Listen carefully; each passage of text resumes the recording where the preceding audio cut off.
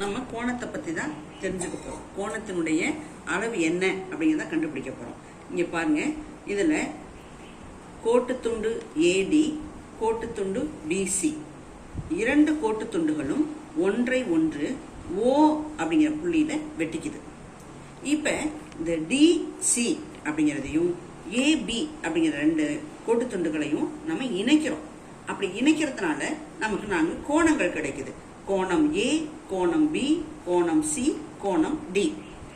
இதுல கோணம் சிக்கு 30 டிகிரியும் கோணம் டி 70 டிகிரி அப்படின்னும் அளவுகளை நமக்கு கொடுத்துட்டாங்க. கோணம் ஏ அளவு 3x, கோணம் பியோட அளவு 2x அப்படின்னு கொடுத்துட்டாங்க.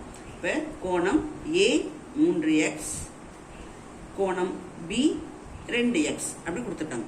கொடுத்துட்டு இந்த இரண்டு கோணங்களின் அளவு என்ன கண்டுபிடி அப்படின்னு தான் நமக்கு கொஸ்டின் கொடுக்குறாங்க. நம்ம எப்படி கண்டுபிடிக்க போறோம்? இப்ப 3x plus 2x is equal to 5x. இந்த 5x ஓட அளவு என்னன்னா இந்த 70 plus 30, அதுதான் 70 degree plus 30 degree.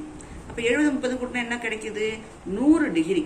5x is equal to 100 degree. அப்ப x ஓட வேல்யூ என்ன அதை நம்ம கண்டுபிடிக்கணும்.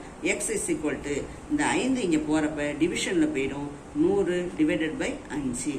அப்ப இதை அடிச்சா 20 டிகிரி கிடைக்குதா? ஒரு x ஓட வேல்யூ 20 டிகிரி. அப்ப a என்பது கோணம் a என்ன? 3x.